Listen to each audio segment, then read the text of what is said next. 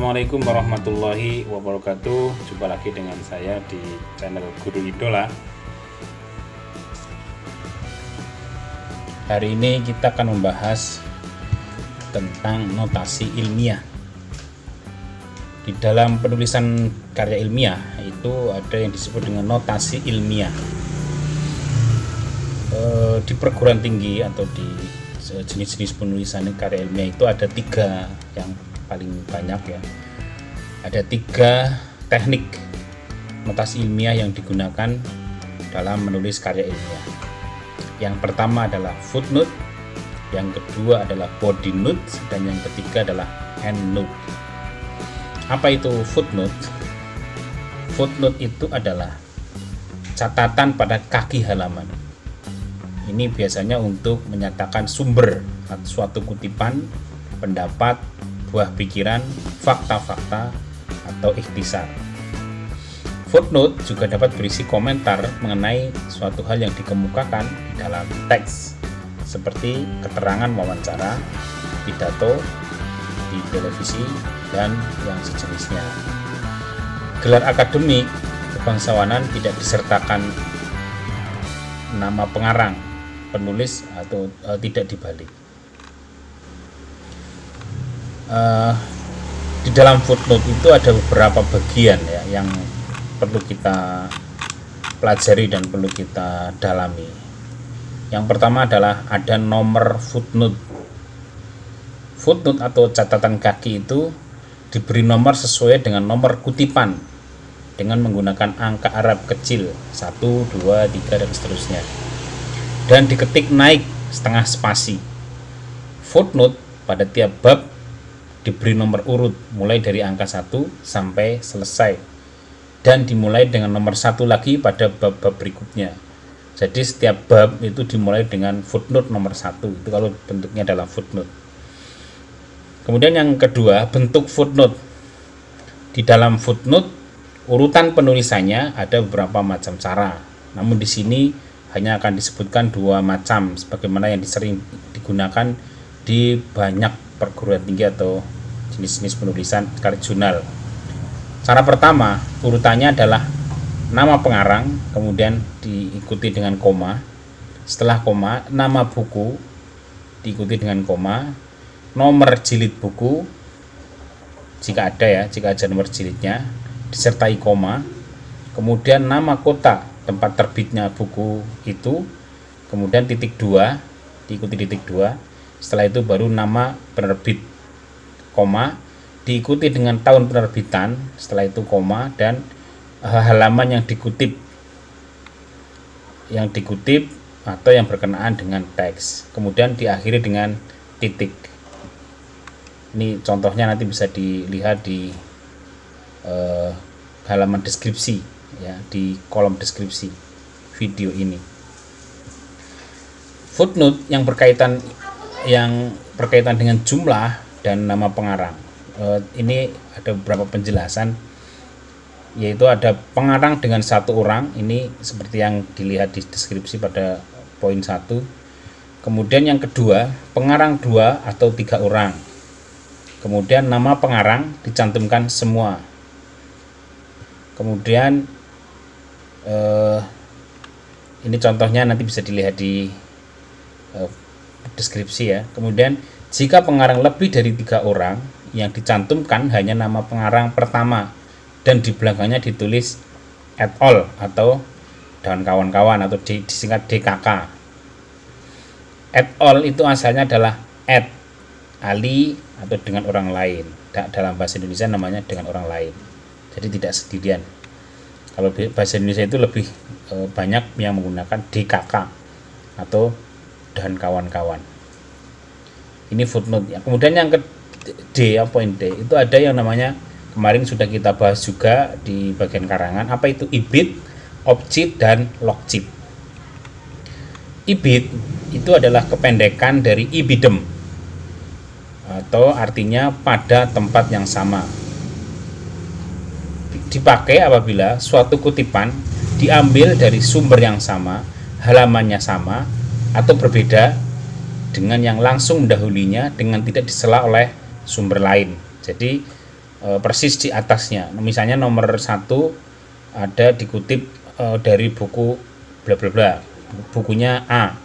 Nah, di bawahnya digunakan lagi footnote yang sama dengan buku itu, maka cukup ditulis ibid, kemudian langsung ditulis halamannya.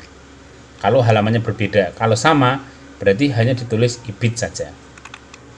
Itu untuk ibid ya. Kemudian yang kedua ada opcit, sering kita lihat itu opcit. Ini kependekan dari opere citato, yang artinya adalah dalam karangan yang telah disebut atau dikutip terdahulu. Ini dipakai apabila suatu kutipan diambil dari sumber yang sama tetapi halamannya berbeda dan telah diselingi oleh sumber-sumber yang lain. Nah, misalnya tadi A, kemudian setelah buku A, kemudian di footnote berikutnya ada buku B, ada buku C. Nah, pada misalnya buku yang ketiga ini, buku A itu mau kita kutip lagi, tidak kita perlu menuliskan judul dan lain-lain, cukup kita tulis nama pengarangnya, kemudian kita cukup menuliskan opcit, titik cit ya, kemudian halamannya. Jadi misalnya namanya adalah Ali, misalnya Ali siapa gitu, kemudian diikuti dengan opcit, itu sama dengan kutipan yang melompati satu di atasnya, itu opcit. Kemudian yang ketiga adalah logcit. Logcit itu kependekan dari loco citato, yang artinya adalah pada tempat yang telah disebut atau dikutip. Ini digunakan apabila suatu kutipan diambil dari sumber yang sama, halamannya sama, dan telah diselingi oleh sumber-sumber yang lain. Nanti bisa kita lihat contoh-contohnya di deskripsi. Contoh penulis di buku A, Due Gede Satri misalnya, kemudian bla bla bla sampai selesai, kemudian dikutip lagi nomor berikutnya oleh buku yang lain, Nuruddin misalnya, kiat buku menulis resensi buku di media cetak ilahirhi. Nah, kemudian baru yang nomor berikutnya kita mau mengutip lagi yang tadi nomor 1, misalnya Dewa Gede Satria. Nah, barulah kita tulis, itu tidak perlu menulis judul tapi logcit saja. Nah, kalau halamannya sama tidak lagi perlu menuliskan halaman, tapi kalau beda ditulis lagi halamannya. Itu untuk footnote ya, ada beberapa ketentuan. Poin yang kedua dari yang namanya notasi ilmiah itu ada yang namanya body note. Apa itu body note? Pada teknik ini body note, sumber kutipan ditulis atau diletakkan sebelum bunyi kutipan atau diletakkan dalam narasi atau kalimat sehingga menjadi bagian dari narasi atau kalimat. Pada body note ketentuannya adalah sebagai yang akan kita sebutkan berikutnya. Yang pertama, membuat pengantar kalimat sesuai dengan keperluan. Kemudian menulis nama akhir pengarang. Ini biasanya diletakkan di tanda kurung gitu ya. Kemudian nama penulis ditulis gitu. Kemudian mencantumkan tahun terbit, kemudian diikuti dengan titik 2 dan nomor halaman di dalam kurung. Kemudian yang ketiga, yang keempat, menampilkan kutipan baik dengan kutipan langsung maupun kutipan tidak langsung. Jadi ini ketentuan untuk body note. Contohnya nanti bisa kita lihat di mana resensi di deskripsi ya. Contohnya adalah seperti saya bacakan ini. Meresensi buku merupakan kegiatan ilmiah yang dilakukan untuk memberikan tanggapan dan penilaian terhadap isi sebuah buku. Menurut Keraf, nah ini ada dalam tahun 2001 titik 2 halaman 247 itu di dalam kurung. Resensi adalah pertimbangan buku bla bla bla ilahiri. Pada contoh ini, Keraf ini, notasi ilmiahnya mencakup Keraf 2001 halaman 247. Keraf itu adalah nama pengarang buku yang dikutip, 2001 itu tahun terbit buku yang dikutip, dan 247 itu halaman tempat teks yang dikutip. Ini untuk body note. Kemudian dari ketiga ini yang terakhir adalah endnote. Endnote, apa itu endnote? Dari sisi bahasa, end itu artinya akhir, note itu catatan atau catatan akhir. Pada teknik endnote ini, nama pengarang diletakkan setelah bunyi kutipan atau dicantumkan di bagian akhir narasi. Dengan ketentuan yang pertama, membuat pengantar kalimat sesuai keperluan, kemudian menampilkan kutipan baik dengan kutipan langsung maupun kutipan tidak langsung, dan untuk menulis nama akhir pengarang, tanda koma diikuti tanda terbit, tahun terbit, kemudian ada titik 2 dan nomor halaman di dalam kurung dan diakhiri titik. Nah, ini biasanya di akhir ya, endnote itu di akhir narasi, tidak di dalam tulisan ya. Misalnya akhir paragraf, akhir akhir paragraf itu yang paling banyak. Contohnya ini kita bahas, plagiat merupakan pengambilan karangan atau pendapat dan sebagainya karangan orang lain dan menjadikannya seolah-olah karangan sendiri. Misalnya menerbitkan karya tulis orang lain atas namanya sendiri. Nah, kemudian di sini diikuti titik, kemudian dalam kurung ada nama pengarangnya, Sulistyo 2011 titik 219, kemudian itu kurung tutup. Pada contoh ini, notasi ilmiahnya meliputi Sulistyo 2011-19.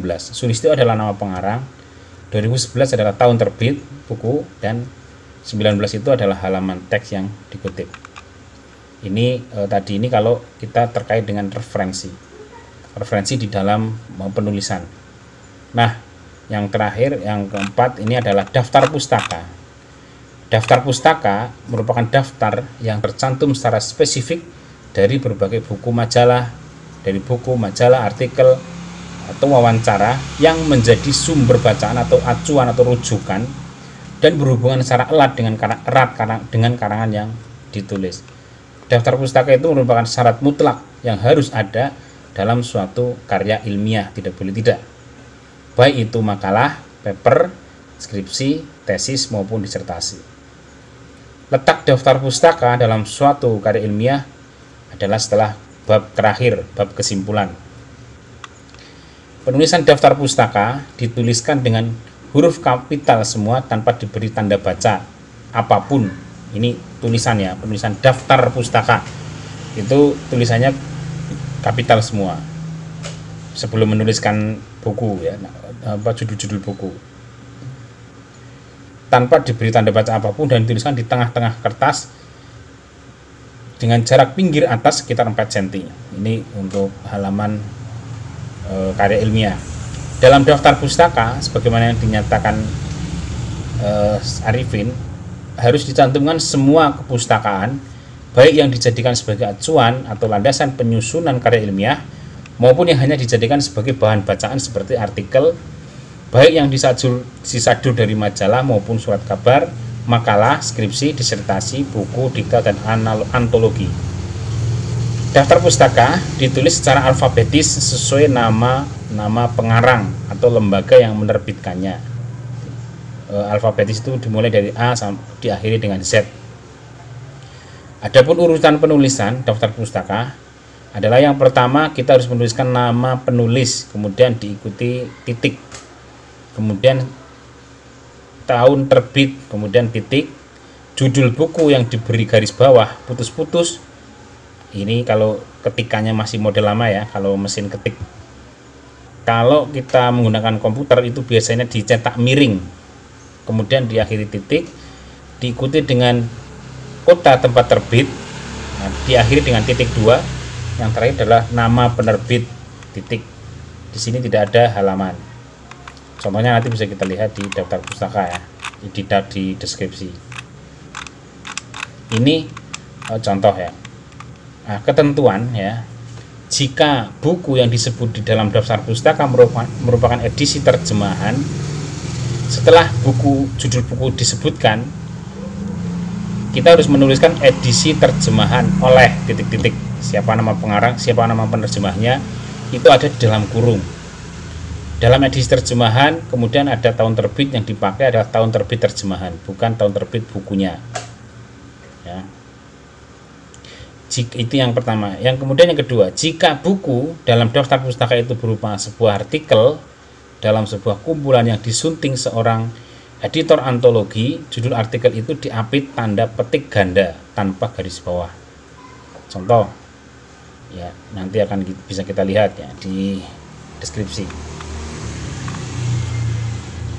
Yang berikutnya, jika sumber acuan dalam daftar pustaka itu berupa artikel yang diambil dari majalah atau jurnal, judul artikel tidak perlu diberi garis bawah atau dicetak miring, tetapi diapit tanda petik ganda. Ini seperti yang kita bahas pada pertemuan sebelumnya. Sedangkan yang digaris bawahi atau dicetak miring adalah nama majalah atau jurnal dengan didahului kata dalam. Ya, ini jika penulisannya dari daftar pustaka berupa artikel yang diambil dari majalah atau jurnal.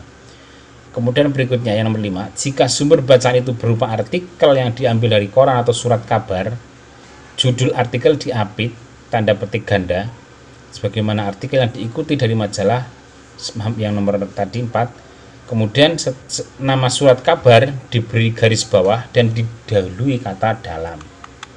Contohnya, Suksmantri Eko 2000, militerisasi sipil, ironi di era reformasi dalam Suara Merdeka. Nih, bla bla bla ya. Kemudian yang poin berikutnya, jika sumber acuan berupa hasil wawancara atau interview, maka harus dituliskan nama yang diwawancarai, kemudian tahun wawancara, kemudian judul wawancaranya harus dituliskan di situ, wawancara dengan bla bla bla bla pada tanggal bla bla bla. Itu poin berikutnya. Kita lanjut, poin berikutnya adalah jika terdapat beberapa buku yang ditulis oleh seorang yang sama, nama penulis ditulis hanya yang pertama, sedangkan yang nomor 2 dan berikutnya cukup ditulis dengan tanda garis yang ukurannya sama dengan nama pengarang. Contoh, Sugiono tahun 2006 menerbitkan buku Metode Penelitian Pendidikan. Nah, pada tahun 2013 kita mengutip lagi bukunya Sugiono, maka tidak perlu ditulis tapi cukup di garis bawah untuk nama pengarangnya. Dalam penulisan daftar pustaka ada beberapa ketentuan yang berkaitan dengan penulisan nama pengarang, yaitu yang pertama adalah gelar akademik dan gelar kebangsawanan itu tidak perlu dituliskan di dalam daftar pustaka.